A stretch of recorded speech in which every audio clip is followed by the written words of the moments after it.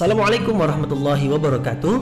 Mari klik subscribe di channel ini dan aktifkan tanda loncengnya untuk mendapatkan update pemberitahuan di video berikutnya.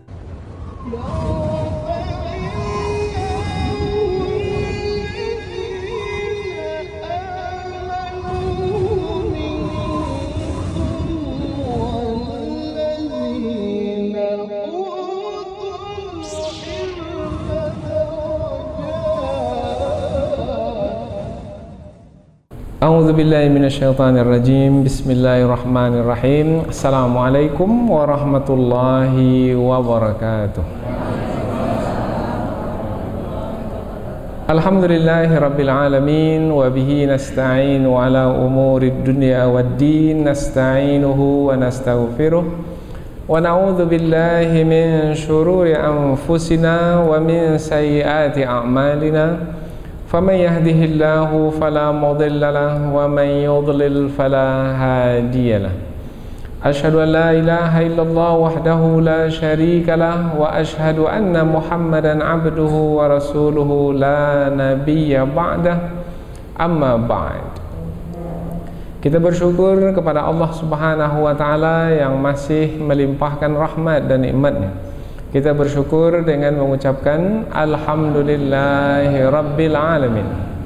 Tidak lupa pula bersalawat kepada Rasulullah dengan mengucapkan Allahumma salli ala Sayyidina Muhammad wa ala ali Sayyidina Muhammad. Dan bersalam kepada Rasulullah dengan mengucapkan Assalamu alayka ya Rasulullah. Alhamdulillah kita dapat kembali meneruskan pengajian tafsir ayat-ayat suci Al-Quran yang insyaAllah kita akan teruskan kepada ayat yang ke-81 dan 82 dari surah Ali Imran, yaitu menerangkan tentang Nabi Muhammad sebagai penghulu sekalian Rasul. Telah diterangkan sebelum ini ayat-ayat yang menjelaskan bahwasanya ahlul kitab, yaitu orang-orang yang menerima kitab suci sebelum Nabi Muhammad SAW, yaitu kitab suci Taurat, Zabur dan Injil, ramai dari kalangan mereka itu, bahkan sebahagian besar dari kalangan mereka itu memiliki sifat yang tercela. Nah, di antara sifat tercela mereka sebelum ini banyak sekali, yaitu menjual ayat-ayat Allah dengan harga yang sedikit. Kemudian mereka memutar-mutar lidah mereka, yaitu merubah kebenaran kepada kebatilan, baik kepada buruk, kemudian yang lurus kepada bengkok. Kemudian juga sifat tercela mereka telah diterangkan pula sebelum ini adalah mereka mengatakan bahwasanya Nabi itu sendiri yang menyuruh manusia untuk menyembah diri Nabi tersebut, atau lebih khusus mereka berpendapat Nabi Isa itu sendiri yang menyuruh manusia supaya manusia menyembah Nabi Isa sebagai Tuhan. Itu adalah dusta mereka yang nyata, yang mereka buat-buat, yang mereka reka-reka, yang sebenarnya tidaklah ada kebenaran yang diturunkan yang seperti mereka katakan itu. Ia adalah kebohongan yang mereka ada-adakan. Nah, kemudian Allah Subhanahu wa taala menjelaskan setelah menerangkan tentang ahlul kitab yang telah merubah kebenaran sehingga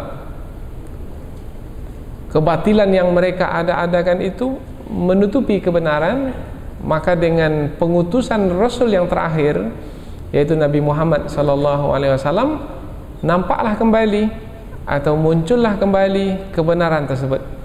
Maka kebatilan yang mereka ada-adakan itu dapat dipinggirkan, dapat diangkat dan dihilangkan. Nah, tentang Nabi Muhammad SAW sebagai Nabi yang terakhir melalui ayat ini dan hubung kaitnya dengan ayat-ayat sebelumnya adalah Nabi Muhammad Nabi yang terakhir adalah penghulu dari sekian Nabi tersebut. Jadi mereka apabila mengatasnamakan diri mereka sebagai pengikut nabi-nabi terdahulu, maka sepatutnya mereka mengikuti Nabi Muhammad, Nabi yang terakhir. Apa sebab? Sebab nabi-nabi yang terdahulu itu mengikuti Nabi Muhammad, percaya kepada Nabi Muhammad. Bahkan kalaulah Nabi Muhammad itu hidup pada masa mereka, mereka akan menolong Nabi Muhammad. Dan itu adalah perjanjian yang mereka ambil dari Allah Subhanahu wa taala. Semua para nabi, Nabi Adam, Nabi Nuh, Nabi Hud, Nabi Saleh, Nabi Ibrahim, Nabi Musa, Nabi Isa, semua para nabi mengambil janji dari Allah bahwasanya mereka mempercayai nabi yang terakhir, Nabi Muhammad. Dan kalaulah nabi yang terakhir itu hidup bersama dengan mereka, mereka akan menolong nabi yang terakhir. Kalau demikianlah perjanjian para nabi, kemudian ahlul kitab mengatakan pengikut para nabi. Kalau para nabi saja percaya kepada Nabi Muhammad, maka mereka yang mendakwa, mengaku sebagai pengikut nabi-nabi terdahulu, sepatutnya adalah lebih utama untuk mempercayai Nabi Muhammad. Maka tidak ada alasan bagi mereka, kalau memang mereka sebagai ahlul kitab yang sebenarnya, mengaku pula sebagai pengikut para nabi sebelum Nabi Muhammad, maka sepatutnya mereka beriman kepada Nabi Muhammad. Maka apabila mereka tidak juga beriman kepada Nabi Muhammad, sementara para nabi mereka beriman kepada Nabi Muhammad, maka mereka adalah orang yang angkuh dan sombong. Bahkan dalam ayat ini Allah menyebut mereka itu sebagai orang-orang fasik, yaitu orang-orang yang telah keluar dari keimanan. Mereka adalah orang-orang yang telah jatuh ke dalam kekufuran. Maka mereka tidak lagi disebut sebagai pengikut para nabi, dan juga tidak layak untuk menyebut diri mereka sebagai ahlul kitab. Apa sebab? Sebab kalau disebut ahlul kitab, yang ada di sisi mereka kitab suci, isi kitab suci tersebut adalah menyuruh mereka untuk beriman kepada nabi yang terakhir, untuk menolong nabi atau rasul yang terakhir. Nah, melalui ayat ini, apabila para nabi saja telah mengambil janji dari Allah untuk mempercayai Nabi Muhammad, untuk menolong Nabi Muhammad, maka nampaklah ketinggian kedudukan Nabi Muhammad. Maka kita berikan judul untuk ayat yang kita bahas ini, Nabi Muhammad adalah sebagai penghulu sekalian rasul. Disinilah peran kita sebagai umat dakwah, yaitu memastikan semua manusia tanpa terkecuali untuk mengikuti Nabi Muhammad sallallahu alaihi wasallam. Apabila kita gagal, maka gagal pula lah kita sebagai orang-orang beriman yang diuji oleh Allah untuk mengemban tugas dakwah ini, dan kita mesti menjawabnya nanti di hadapan Allah Subhanahu wa taala untuk mempertanggungjawabkan amanah yang dipikulkan ke atas pundak kita selagi kita hidup di dunia ini. Maka pertanyaan malaikat mungkar dan nakir dalam satu riwayat ini disebutkan oleh Imam Ibnu Katsir dalam tafsir beliau, bahwasanya pertanyaan malaikat mungkar dan nakir di dalam kubur kepada setiap orang yang dikuburkan adalah, bagaimana pendapat kamu tentang lelaki yang ada di tengahmu? Itu pertanyaan malaikat mungkar dan nakir. Ada beberapa pertanyaan itu dalam satu riwayat, yaitu siapa Tuhanmu, apa agamamu, apa kitab sucimu, siapa rasulmu. Tapi dalam satu riwayat tak ada pertanyaan yang lain kecuali satu saja, yaitu apa pendapatmu tentang lelaki yang ada di tengah-tengahmu. Lelaki yang dimaksudkan itu adalah Nabi Muhammad sallallahu alaihi wasallam. Apa pendapatmu? Siapa dia? Nah, apabila memang mempercayai Nabi Muhammad sebagai rasul, akan dapatlah menjawab. Dapat menjawab, dilapangkanlah kubur, diberilah cahaya. Tetapi kalau tidak dapat menjawab, tak tahu, karena tidak punya ilmu tentang Nabi Muhammad, ayat-ayat seperti yang kita bahaskan ini tidak pernah mengetahuinya, tak bisa dia jawab, maka akan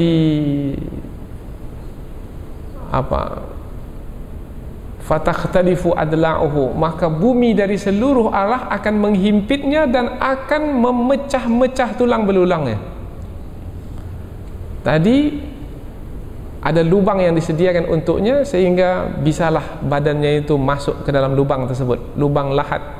Tetapi bila dia tidak bisa menjawab pertanyaan malaikat Munkar dan Nakir, maka lubang tadi terus menyempit dari seluruh arah, dari atas kepala, dari bawah kaki, dari kanan, kiri, muka, belakang, dan akan mematah-matahkan tulang belulangnya.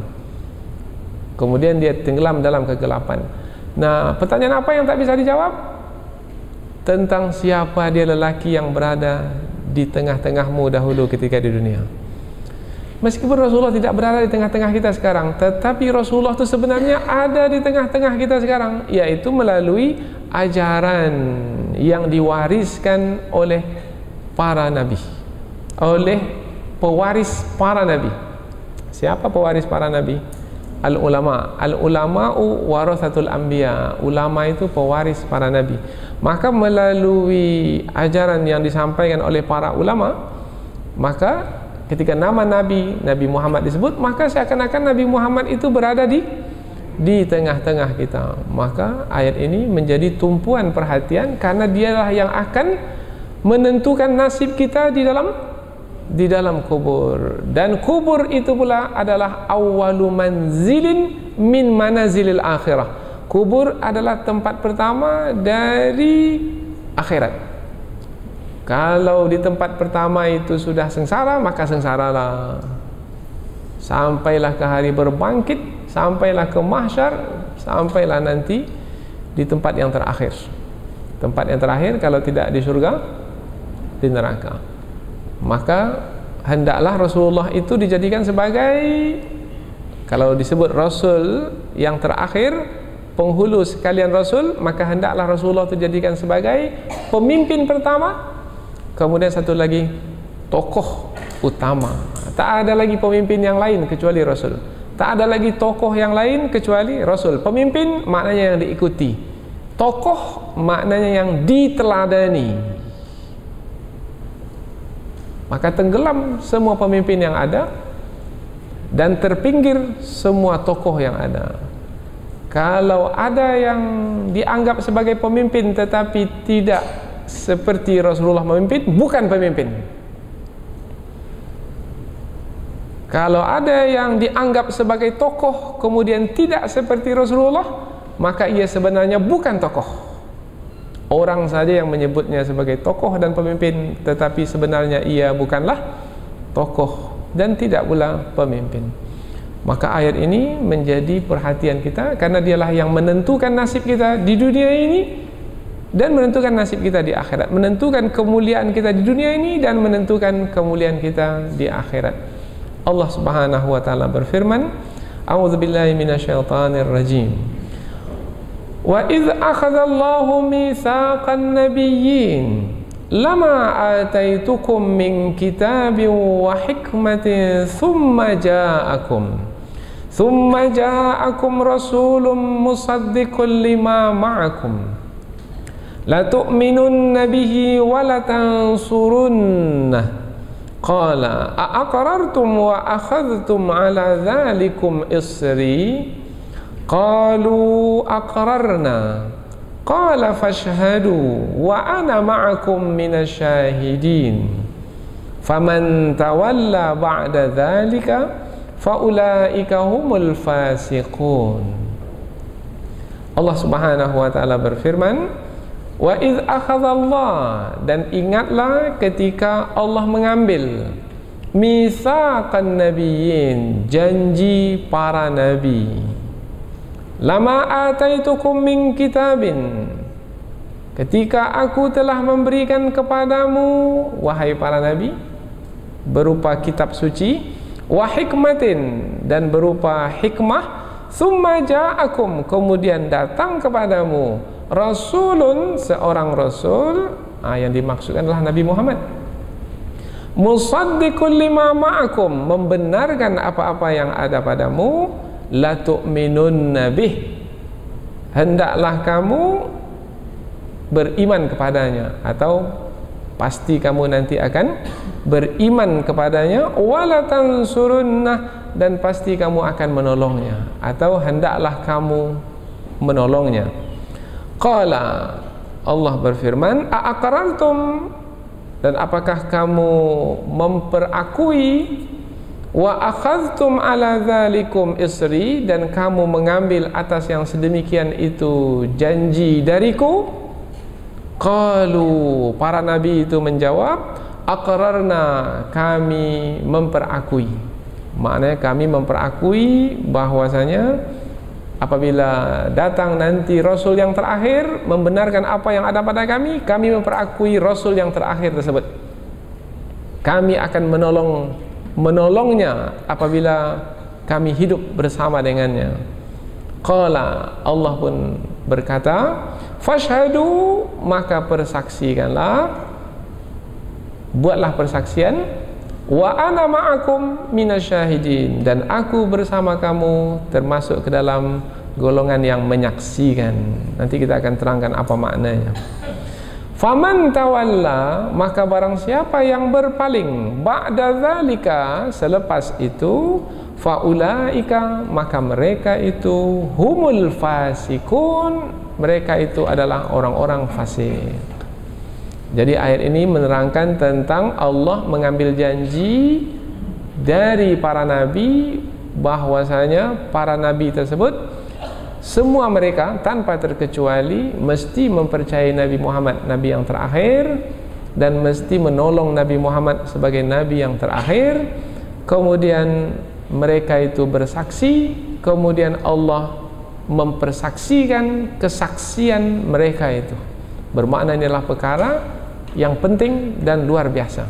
Maka perkara ini mesti menjadi tatapan dan perhatian kita pula. Karena apabila para nabi saja bersaksi pada masa dahulu tentang Nabi Muhammad sebagai Rasul yang terakhir, maka kita ini manusia biasa, para nabi saja manusia pilihan Allah, berjanji di hadapan Allah, maka sepatutnya kita adalah mengikuti jejak mereka pula, yaitu mau pula lah berjanji di hadapan Allah untuk memperakui Nabi Muhammad sebagai Rasul dan menolong Nabi Muhammad, mempercayai dan menolong. Ada dua di sini, beriman kepada Nabi Muhammad satu, dan satu lagi menolong Nabi Muhammad. Kalau beriman kepada Nabi Muhammad, mempercayai bahwasanya Nabi Muhammad sebagai Nabi dan yang disampaikan adalah kebenaran dari sisi Allah. Menolongnya bagaimana? Menolongnya adalah memastikan kita untuk senantiasa mengikuti kebenaran tersebut dan memperjuangkan kebenaran tersebut, meskipun kita harus mengorbankan atau mesti mengorbankan apa saja yang kita miliki. Bukan hanya harta benda kita, tetapi mungkin juga nyawa kita. Inilah dia dua ayat yang akan kita bahas dalam kesempatan ini. Kita ulang sekali lagi terjemahannya, kemudian kita akan pindah ke tafsir ayat. Dan ingatlah ketika Allah mengambil janji dari para nabi, ketika aku telah berikan kepadamu wahai para nabi berupa kitab suci dan hikmah, kemudian datang kepadamu seorang Rasul yang membenarkan apa yang ada padamu, maka pastilah kamu akan beriman kepadanya dan menolongnya. Allah berfirman, maka apakah kamu memperakui dan mengambil atas yang sedemikian itu janjiku untuk kamu tunaikan? Mereka pula menjawab, ya Allah, kami memperakuinya. Kemudian Allah berfirman, maka persaksikanlah, sesungguhnya aku bersamamu termasuk ke dalam golongan yang menyaksikan. Maka barang siapa yang berpaling selepas itu, maka mereka itulah orang-orang yang fasik. Tafsiran ayat yang ingin kita tafsirkan pertama kali adalah perkataan wa yang ada di pangkal ayat, wa iz akhadallahu mitsaqan nabiyyin. Selalu kita tafsirkan perkataan wa ini dengan menerangkan bahwasanya ayat ini adalah lanjutan dari ayat yang sebelumnya. Karena wa itu maknanya dan ingatlah ketika Allah mengambil janji dari para nabi. Tak mungkin tiba-tiba saja ada kata dan di pangkal ayat. Pastilah kalau ada kata dan itu bermakna adalah lanjutan dari ayat yang sebelumnya. Dan ingatlah ketika Allah mengambil janji dari para nabi. Yang sebelumnya tentang ahlul kitab. Nah, bermakna ayat ini adalah berhubung kait dengan ahlul kitab yang telah Allah terangkan sifat-sifat tercela mereka sebelum ini. Nah, kamu wahai orang-orang beriman, jangan ikuti ahlul kitab yang memiliki sifat-sifat tercela itu, yaitu mereka mendengki nabi yang terakhir, rasul yang terakhir. Hendaklah kamu mengikuti para nabi. Jangan mengikuti ahlul kitab. Ahlul kitab itu mengaku mengikuti para nabi pula. Tapi sebenarnya mereka itu bukan mengikuti para nabi. Apa sebab? Sebab para nabi saja dahulu berjanji untuk beriman kepada rasul yang terakhir. Sementara mereka pula mendengki rasul yang terakhir. Maka jangan kamu ikuti mereka, tapi ikuti para nabi mereka. Karena mereka itu sebenarnya adalah orang-orang yang telah tersesat dari ajaran para nabi. Maka ayat ini adalah lanjutan dari ayat yang sebelumnya. Jadi Allah ingin memelihara dan menjaga kedudukan para nabi terdahulu dengan membersihkan mereka dari tuduhan atau pengakuan yang dikatakan oleh ahlul kitab. Karena ahlul kitab mengatakan nabi itu sendiri yang menyuruh manusia untuk menyembah dirinya. Bermakna ahlul kitab itu yang berdusta, yang mengada-ngadakan dusta. Maka Allah bersihkan para nabi. Tidak ada para nabi mengatakan perkataan yang seperti itu. Bahkan para nabi itu mengatakan kepada kaum mereka bahwasanya nanti akan ada seorang rasul yang akan dibangkitkan, karena Rasulullah yang dibangkitkan, yang akan dibangkitkan itu ditulis di dalam Taurat, Zabur dan Injil. Maka para nabi itu sendiri yang menyampaikan kepada kaumnya, nanti akan ada rasul yang terakhir dibangkitkan, kalau kamu bertemu dengan mereka, berimanlah kepadanya dan tolonglah ia. Bermakna Allah menjaga kesucian para nabi. Jadi jangan terima yang datang dari ahlul kitab, tapi terimalah yang datang dari para nabi. Yang datang dari para nabi dari mana kita tahu? Dari Al-Quran, karena Al-Quran menceritakan yang benar. Maka kata berikutnya adalah iz wa iz. Kalau disebut perkataan iz dalam Al-Quran, istilahnya itu adalah zarfu zaman. Zarfu zaman adalah kata yang menerangkan zaman, masa.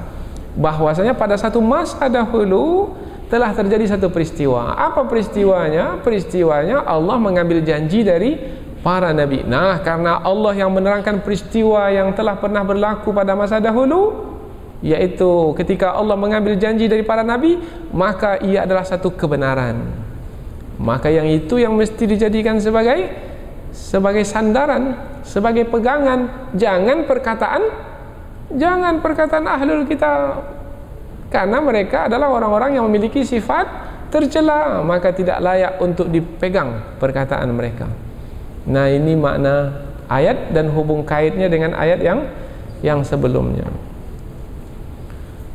Dan ingatlah ketika Allah mengambil janji dari para nabi.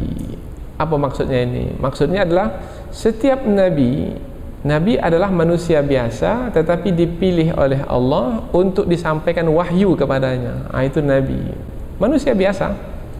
Nabi Muhammad manusia biasa, makan, minum, berumah tangga sama seperti manusia yang lainnya. Tetapi bedanya dengan manusia yang lain adalah Nabi Muhammad dipilih untuk disampaikan wahyu kepadanya. Kita ini manusia biasa, tetapi tidak dipilih untuk disampaikan wahyu kepada kita. Nah, para nabi adalah manusia biasa yang dipilih oleh Allah untuk disampaikan wahyu kepadanya. Nah, bermakna Allah menyampaikan wahyu kepada para nabi tersebut melalui perantaraan malaikat Jibril alaihissalam. Jadi Allah berhubungan dengan para nabi. Nah, di antara perhubungan Allah dengan para nabi, di antaranya adalah Allah mengambil janji dari para nabi. melalui perantaran malaikat Jibril. Wahai para nabi, apabila nanti ada rasul yang membenarkan apa yang ada padamu, maka percayailah rasul tersebut, berimanlah kepada rasul tersebut. Kalau kamu hidup bersama dengannya, satu zaman dengannya, maka tolonglah ia, bantulah ia. Ini kutetapkan sebagai janji yang mesti kamu tunaikan. Apakah kamu mau menunaikannya, wahai para nabi? Nah, demikianlah kira-kira mana ayat. Maka para nabi menjawab, iya ya Allah, kami ambil perjanjian darimu dan kami akan tunaikan. Kepada Nabi Adam seperti itu, kepada Nabi Nuh seperti itu, kepada Nabi Ibrahim seperti itu, kepada Nabi Musa seperti itu, kepada Nabi Isa pun seperti itu. Jadi semua para nabi telah berjanji di hadapan Allah melalui perantaran malaikat Jibril tentunya untuk beriman kepada Rasul yang terakhir dan menolong Rasul yang terakhir. Maka nampak tidak ketinggian Rasul yang terakhir? Nampak saja. Jelas. Maka mestilah kita melihat Nabi Muhammad sebagai nabi yang paling tinggi kedudukannya berbanding dengan nabi-nabi yang lain. Maka kita sebutlah nabi yang paling tinggi kedudukannya berbanding nabi-nabi lain, sehingga para nabi yang lain pun berjanji di hadapan Allah untuk beriman kepada nabi. Maka kita sebutlah Nabi Muhammad itu sebagai penghulu sekalian nabi, penghulu sekalian rasul. Maka kita sebut dengan Sayyidul Mursalin, Sayyidul Anbiya wal Mursalin, penghulu sekalian nabi dan para rasul. Andaikan, ini andaian sajalah, karena rasul terakhir ini hidup jauh setelah Nabi Isa alaihi salam. Andaikan Nabi Muhammad itu hidup pada masa Nabi Adam akan mengikut Nabi Muhammad. Andaikan, ini andaian. Andaikan Nabi Muhammad itu hidup pada masa Nabi Nuh akan mengikut Nabi Muhammad. Andaikan Nabi Muhammad hidup bersama Nabi Ibrahim sekalipun, Nabi Ibrahim Abul Anbiya, bapak para nabi, Nabi Ibrahim akan mengikuti Nabi Muhammad. Begitu juga apabila hidup pada masa Nabi Musa dan Nabi Isa, Nabi Musa dan Nabi Isa pun akan mengikut Nabi Muhammad. Dalam hadis riwayat Imam Al-Baihaqi disebutkan, "Lau kana Musa hayyan", andaikan Nabi Musa itu hidup, "ma wasi'ahu illa ittiba'i", tidaklah ada baginya alasan kecuali mengikutiku. Bermakna tinggi kedudukan Nabi Muhammad. Maka pada hari ini tidaklah Allah terima dari manusia, siapapun manusia hari ini, dari benua manapun dia, tidaklah yang Allah inginkan dari manusia tersebut kecuali beriman kepada Rasulullah sallallahu alaihi wasallam. Dan pada masa Rasulullah dahulu tidak ada satupun manusia yang hidup pada masa Rasulullah dahulu dari mana pun dia, kecuali yang Allah inginkan darinya adalah beriman kepada Rasulullah. Beriman kepada Rasulullah selamat, tidak beriman kepada Rasulullah gagal dalam ujian hidup. Itu yang kita sebut tadi, pertanyaan malaikat mungkar dan nangkir di dalam kubur. Pertanyaan itu sama, itu kepada semua orang sama, kepada semua orang sama, pertanyaan sama. Dalam riwayat yang kita sebutkan tadi, satu saja pertanyaan itu. Kalau di dunia ini, kalau kita masuk ujian, banyak pertanyaan. Kalau nanti dalam kubur, pertanyaan satu saja. Mungkinkah kita bisa menjawabnya? Itu bergantung kepada kehidupan kita di dunia ini. Sudahkah kita beriman kepada Rasul yang terakhir dan menolongnya? Kalau sudah, dapatlah menjawab pertanyaan. Kalau belum lagi, tak akan mungkin bisa menjawab pertanyaan. Tidak akan mungkin. Karena menjawab pertanyaan itu bukan berdasarkan hafalan atau ingatan. Menjawab pertanyaan dalam kubur adalah berdasarkan amalan yang kita lakukan.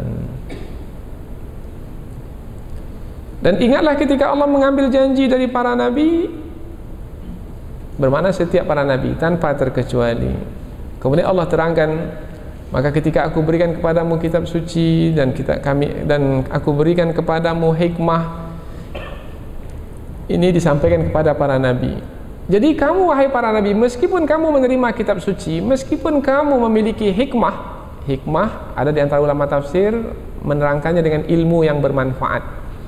Ada pula yang menerangkannya dengan amalan para nabi tersebut di dalam mengamalkan kitab suci. Meskipun kamu wahai para nabi menerima kitab suci, meskipun kamu wahai para nabi memiliki hikmah, tetapi itu bukanlah penghalang bagimu untuk beriman kepada Rasul yang terakhir.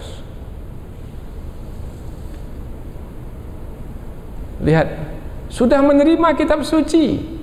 Nabi Muhammad menerima kitab suci, Nabi Musa juga menerima kitab suci, tetapi Nabi Musa tidak boleh menjadikan alasan, ya Allah saya sudah menerima kitab suci, takkan lagi saya ini beriman kepada Nabi Muhammad yang juga sama-sama menerima kitab suci denganku. Tidak boleh beralasan demikian. Jadi seakan-akan sudah tidak ada lagi nilai Rasul-Rasul yang terdahulu itu apabila berada di hadapan Rasulullah Sallallahu Alaihi Wasallam. Dan ini dibuktikan pada malam Isra dan Mi'raj. Semua kita tahu ketika Rasul sampai di Baitul Maqdis, kemudian semua para nabi berhimpun.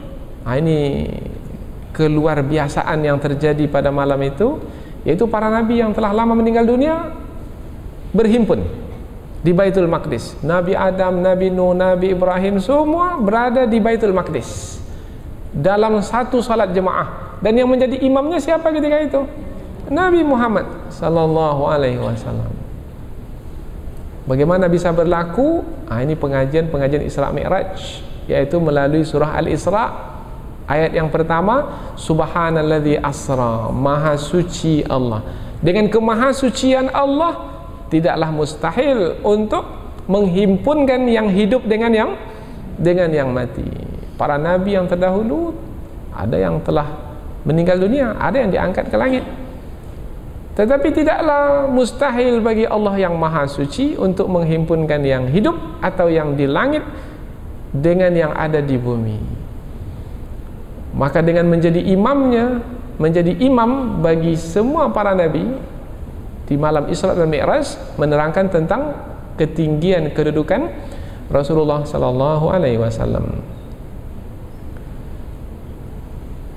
Dan apabila datang kepadamu lama ataitukum min kitabin, dan ketika kuberikan kepadamu berupa kitab suci dan juga kepadamu hikmah, summa ja'akum rasulun, kemudian datang kepadamu seorang rasul, yang dimaksudkanlah Nabi Muhammad sallallahu alaihi wasallam, meskipun bentuknya nakirah, tidak menggunakan alif lam, tetapi ia al-isyarah ila muayyan. Dia adalah isyarat kepada yang sudah tertentu, jelas. Yang dimaksudkanlah Nabi Muhammad sallallahu alaihi wasallam. Yang mana Nabi Muhammad itu musaddiqul lima ma'akum, membenarkan apa yang ada padamu. Apa yang ada pada para nabi terdahulu? Kitab suci, yang dalam kitab suci itu mentauhidkan Allah. Nah, Nabi Muhammad itu juga mentauhidkan Allah, membenarkan apa yang ada padamu. Nah, apabila datang Rasul yang terakhir yang membenarkan apa yang ada padamu, maka la tu'minun nabih, hendaklah kamu beriman kepadanya. Atau pasti kamu akan beriman kepadanya sebab kamu adalah seorang nabi, seorang rasul, akan mengamalkan kitab suci. Maka pastilah kamu nanti apabila Rasul yang terakhir itu diutus dan ia hidup bersama denganmu, maka pastilah kamu nanti akan beriman kepadanya. Wala tansurunna, dan pasti kamu akan menolongnya, atau dan hendaklah kamu menolongnya. Kedua-duanya boleh dijadikan sebagai tafsiran. Nah, kemudian Allah meminta, ini hendaknya berupa satu perjanjian, dan ini adalah perjanjian yang mesti ditunaikan. Dan kamu mesti memperakui wahai para nabi, ini sebagai perjanjian yang akan ditunaikan. Bagaimana? Kamu memperakui ini sebagai perjanjian yang akan ditunaikan? Qala a'aqrartum? Allah berfirman, apakah kamu mau memperakui ini sebagai perjanjian yang akan ditunaikan? Wa akhadtum ala dzalikum isri, dan apakah kamu mau mengambil atas yang sedemikian itu yang telah disampaikan sebelum ini sebagai janjiku yang akan kamu tunaikan? Kalau disebut janji itu ada dua pihak. Ada dua pihak. Kalau kita berjanji ada dua pihak. Kita berjanji dengan siapa? Umpamanya penjual berjanji dengan pembeli. Ada dua pihak. Satu penjual, satu lagi pembeli. Pihak pertama, pihak kedua. Nah, apabila Allah berjanji dengan para nabi, bermakna Allah dan para nabi. Para nabi.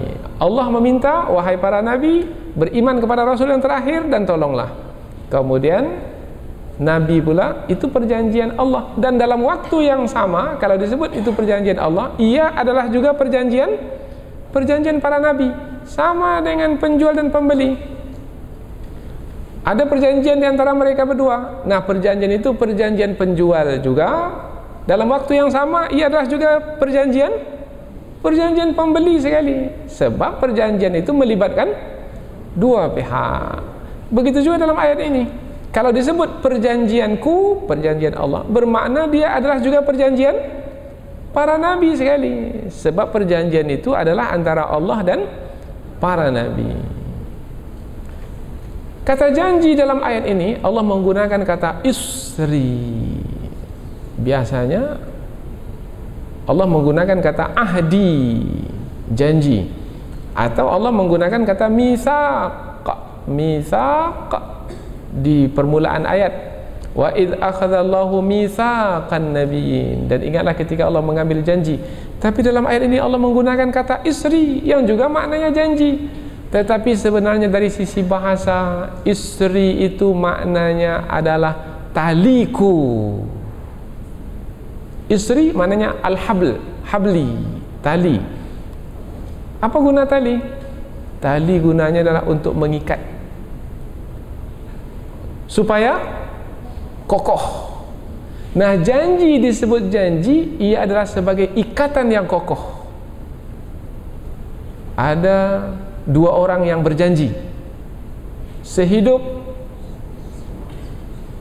semati. Nah, bermakna ada ikatan di antara mereka berdua, bahwasanya mereka akan senang sama senang, akan susah sama susah. Jadi ada perjanjian yang mengikat antara mereka berdua. Nah, kata mengikat itu di dalam ayat ini digunakan kata tali, karena memang tali itu biasa digunakan untuk mengikat. Maka Allah ganti kata misaq dengan isri supaya terbayang oleh kita bahwasanya janji tersebut adalah ikatan yang kuat antara Allah dan para nabi. Maka para nabi pun, karena mereka adalah para nabi yang memang mereka ini adalah tunduk dan patuh kepada Allah dengan sempurna, maka mereka pun menjawab qalu aqrarna. Mereka menjawab, ya Allah, kami memperakui, kami mengambil janji ini dan kami akan menunaikannya nanti. Apabila memang ada Rasul yang terakhir hidup bersama dengan kami akan menolongnya. Tetapi beriman itu sudah mulai dari masa nabi-nabi itu hidup. Jadi pada masa Nabi itu hidup, sudah beriman kepada Rasulullah, meskipun Rasulullah itu masih belum dilahirkan, masih belum dibangkitkan. Jadi nama Nabi Muhammad sudah ada semenjak Nabi Adam? Sudah ada semenjak Nabi Adam. Jadi nama Nabi Muhammad itu sudah dikenali oleh semua para nabi semenjak Nabi Adam. Maka tak ada lagi nilai nabi-nabi yang lain sebenarnya di hadapan Nabi Muhammad sallallahu alaihi wasallam. Tidak ada lagi ajaran nabi-nabi yang lain, tidak ada lagi nilai ajaran nabi-nabi yang lain apabila berada di hadapan ajaran Nabi Muhammad sallallahu alaihi wasallam. Karena apabila Rasul yang terakhir sudah diutus, Nabi Muhammad sudah diutus, maka Nabi Muhammad telah menasakh. Apa makna menasakh ini? Menghapuskan ajaran yang pernah disampaikan kepada para nabi terdahulu. ada hadis riwayat Imam Ahmad. Hadis ini tentang peristiwa yang terjadi pada masa Rasulullah, yaitu Umar bin Al-Khattab datang bertemu dengan Rasulullah sallallahu alaihi wasallam. Ja'a Umar bin Al-Khattab ila Nabi sallallahu alaihi wasallam. Faqala, Umar bin Khattab pun berkata, "Ya Rasulullah, wahai Rasulullah, marartu bi akhin li min Bani Quraidah." Saya ini bertemu dengan seorang saudara dari Bani Quraidah yang mana agamanya Yahudi, ya Rasulullah. Fakataba li jawami'a minat Taurah. Ya Rasulullah, dia tuliskan untukku beberapa kata yang diambil dari kitab Taurat, karena dia seorang Yahudi. Kemudian apa kata Umar? Ala u'riduha alaika ya Rasulullah. Berkenan tidak kamu wahai Rasul untuk ku kemukakan apa yang ditulisnya itu kepadamu? Tiba-tiba saja wajah Rasulullah itu menjadi merah. Fataghayyara wajhu Rasulillah sallallahu alaihi wasallam. Maka berubah langsung wajah Rasulullah. Hadis ini diriwayatkan oleh Abdullah bin Thabit.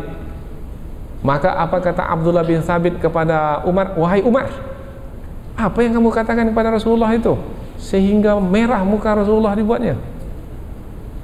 Ala tara ma biwajhi Rasulillah sallallahu alaihi wasallam? Apakah kamu tidak lihat apa yang ada di hadapan di muka Rasulullah?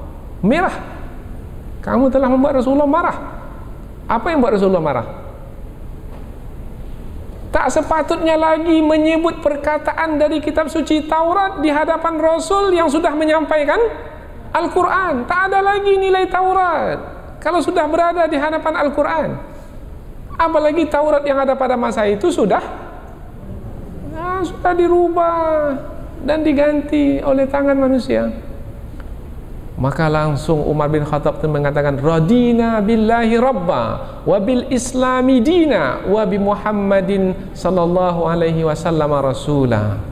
Langsung Umar mengatakan, aku ya Rasul menyesal sekali, aku redha Allah sebagai Tuhan, aku redha Islam sebagai agama, aku redha Nabi Muhammad sebagai Rasul. Fasurriya anin Nabi sallallahu alaihi wasallam. Maka barulah ketika itu wajah Nabi menjadi cerah kembali.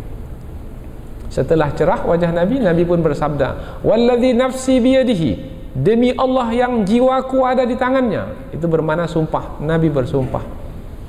Apa kata Nabi?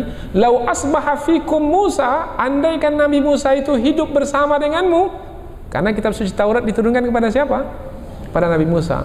Lau asbaha fikum Musa, kalau seandainya Musa itu ada di tengahmu, kemudian kamu ittaba'tumuhu, kemudian kamu mengikutinya, wa taraktumuni, kemudian kamu meninggalkanku, la dhalaltum, kamu tersesat. Wah, itu perkataan Rasul itu. Andaikan Musa itu ada bersamamu, kemudian kamu mengikutinya, padahal Nabi Musa Nabi juga, kemudian kamu mengikutinya dan meninggalkanku. Nah, meninggalkanku apa sebab?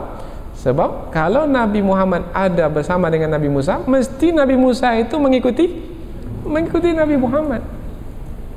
Kemudian kamu meninggalkanku, mengikuti Nabi Musa alaihissalam, la dhalaltum, kamu pasti sesat. Kamu masuk ke dalam golongan orang-orang yang sesat. Nah, ini hadis riwayat Imam Ahmad. Nah, disebutkan dalam kitab-kitab tafsir, menjelaskan bahwasanya kalau begitu Nabi Muhammad adalah penghulu sekalian Rasul. Maka tak ada lagi nilai para nabi terdahulu apabila, ini ada kata apabila berada di hadapan Nabi Muhammad SAW. Sama dengan umpamanya ada ulama tapi ulama kampung umpamanya, tiba-tiba ada ulama besar. Nah, maka ulama besar ini datang ke kampung tersebut, ada lagi makna ulama-ulama kampung itu? Tak ada lagi maknanya, nilainya sudah tidak ada. Ada bayangan orang, tapi orangnya kecil. Maka kalau orangnya kecil, bayangannya kecil pula. Datang orang besar, maka bayangannya pun besar pula. Masih lagi nampak bayangan orang yang kecil itu? Tidak, karena telah ditutupi oleh orang yang besar tadi. Begitu juga lah para nabi terdahulu, mereka ini menerima kitab suci. Nilai mereka tinggi karena mereka manusia biasa yang dipilih oleh Allah. Tetapi kalau sudah berada di hadapan Rasul yang terakhir, Nabi Muhammad, tak ada lagi nilai mereka. Ini kalau dihadapkan kepada Nabi. Nah, kalau demikian kedudukan Nabi Muhammad, tidak ada alasan bagi ahlul kitab dan bagi siapapun sampai hari ini, sampai akhir zaman, untuk tidak beriman kepada Rasul dan menolong Rasul. Kalau kepada para nabi dahulu menjadi janji, maka kepada kita pula, ulama tafsir menyebutkan, ia adalah juga sebagai janji. Apa sebab? Sebab kita ini mengikuti para nabi. Kalau nabi buat seperti itu, maka kita pun mesti buat seperti itu juga. Sudah berjanji di hadapan Allah untuk beriman kepada Nabi Muhammad dan menolong Nabi Muhammad. Kalau beriman bermakna apapun yang disampaikan oleh Nabi Muhammad mesti mengikutinya. Kalau ia berupa perintah, ikuti. Kalau ia berupa larangan, jauhi. Itu namanya beriman. Sudah buat? Sudah mengikuti semua yang diperintahkan oleh Nabi Muhammad? Sudah meninggalkan semua yang dilarang oleh Nabi Muhammad sallallahu alaihi wasallam? Kalau belum, bermakna belum beriman lagi. Bagaimana mau menjawab pertanyaan malaikat mungkar dan nangkir dalam kubur nanti? Yang Rasulullah halalkan, halal. Yang Rasulullah haramkan, haramkan. Wa ma atakumur rasulu fakhudhuh wa ma nahakum anhu fantahu. Apa yang Rasulullah perintahkan, buat. Apa yang Rasulullah larang, jauhi. Itu namanya beriman. Sudah seperti itu. Ini tugas kita ini, dan ramai dari kalangan kita yang mengaku umat Rasulullah tapi sebenarnya belum lagi beriman kepada Rasulullah. Silakan lihat di tengah masyarakat. Kalau tidak percaya, maka tugas kita lah untuk mengingatkan mereka. Kalau mereka lupa, tetapi ramai dari kalangan mereka tak punya pengetahuan tentang perkara ini. Maka sebenarnya ramai dari kalangan umat kita itu tenggelam dalam kebodohan. Maka majlis-majlis ilmu inilah sebagai penyelesaiannya. Fashhadu wa ana ma'akum minasyahidin. Maka persaksikanlah. Maka Allah minta, wahai para nabi, bersaksi. Maknanya bersaksilah antara kamu, wahai para nabi, bahwasanya akan menepati janji yang diambil dari sisi Allah Subhanahu wa taala. Dan aku pula menyaksikan pengakuanmu itu, wahai para nabi, dan aku pula menjadi saksi ke atas kamu. Maknanya apa? Maknanya Allah yang meminta kepada nabi untuk mengambil janji, kemudian Allah pula langsung yang menjadi saksi bagi para nabi tersebut dalam pengambilan janji. Kalau Allah yang menjadi saksi, kalau manusia menjadi saksi masih rendah nilainya. Tapi kalau Allah yang langsung menjadi saksi, tinggi nilai persaksian tersebut. Maka tinggi pula lah nilai perjanjian tersebut. Jadi kita ini pun disaksikan oleh Allah. Allah yang menjadi saksi.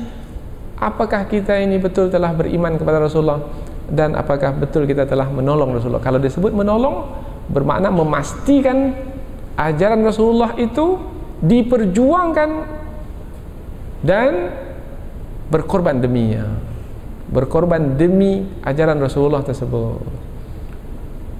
Sudah kita persembahkan apa yang kita miliki, harta benda kita, tenaga kita, fikiran kita, bahkan nyawa kita.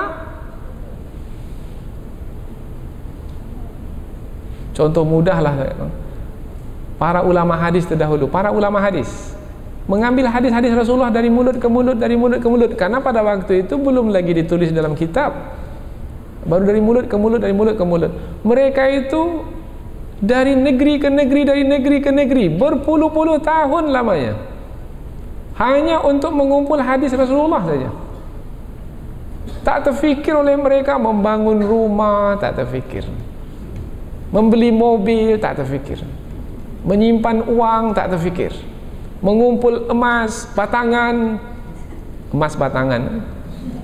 tak terfikir, membeli saham, tak terfikir, karena ingin menolong Rasulullah sallallahu alaihi wasallam. Menolong Rasulullah yaitu menolong hadis-hadis Rasulullah itu untuk dikumpulkan, sehingga mudahlah generasi pada hari ini untuk mendapatkan hadis Rasulullah. Tak perlu lagi mencari-cari dari mulut ke mulut.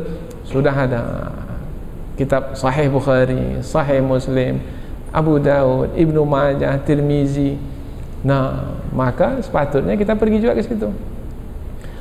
Bahkan kalau mau, mudahkan lagi dengan teknologi. Sekarang sangat mudah sekali, tak perlu lagi buka buku, ada softwarenya, tulis saja, nanti langsung akan jumpa. Nah, orang yang seperti ini, kalau bisa, yang telah menghasilkan karya seperti ini, jangan diperjualbelikan pula. Kalau betul-betul wala tansurunnah, kamu menolong Rasulullah, maka free kan, gratis kan, itu baru namanya menolong. Tapi kalau cari duit pula di situ, itu namanya kamu memperkaya diri sendiri. Maka kalau bisa berkorban, berpikir bukan apa yang kita dapat, berkorban itu berpikir apa yang kita berikan. Faman tawalla ba'da dzalika, barang siapa yang berpaling setelah itu, sudah tahu Rasulullah sebagai Rasul yang terakhir, penghulu sekalian Rasul, kemudian berpaling juga, tak mau mengikuti Rasul, meninggalkan Rasul yang terakhir, maka Allah menyebut mereka itu, mereka yang berpaling itu, faulaika humul fasikun, mereka adalah orang-orang fasik. Apa makna fasik? Secara bahasa, fasik itu maknanya terkelupas. Seperti apa terkelupas? Mudahnya, biasanya kita mengelupas kulit limau, kulit jeruk. Tadi kulit jeruk itu bersama dengan jeruknya, dengan isinya, kemudian terkelupas, sekarang sudah terlepas dari isi. Maka orang yang fasik, tadi dia beriman, tetapi apabila dia sudah tidak lagi percaya kepada Rasulullah, maka dia sudah lepas dari keimanan, maka dia tidak lagi disebut sebagai orang yang beriman. Orang fasik adalah orang yang sudah tidak beriman lagi. Oh, jadi dengan tidak mengikuti Rasul, maka telah mengeluarkan seseorang dari kelompok orang-orang yang beriman. Maka ayat ini menjadi tumpuan dan perhatian, apalagi dia datang setelah ayat-ayat yang menerangkan tentang sifat-sifat tercela ahlul kitab. Di antaranya adalah mendengki Rasulullah sallallahu alaihi wasallam. Bahkan sifat-sifat Rasulullah yang ada dalam kitab suci terdahulu, mereka hapus, mereka buang. Sepatutnya mereka tidak berbuat demikian. Sepatutnya mereka mempercayai dan menolong Rasulullah sallallahu alaihi wasallam. Mudah-mudahan ayat ini menjadi pengajaran bagi kita, yaitu untuk menyemangati diri kita, yaitu untuk membangkitkan semangat pada diri kita untuk senantiasa beriman kepada Rasulullah dan menolong ajaran yang Rasulullah sampaikan. Mudah-mudahan penyampaian kita ini ada manfaatnya, insyaallah. Subhanakallahumma wa bihamdika, asyhadu an la ilaha illa anta wa astaghfiruka wa atubu ilaihi. Wassalamualaikum warahmatullahi wabarakatuh.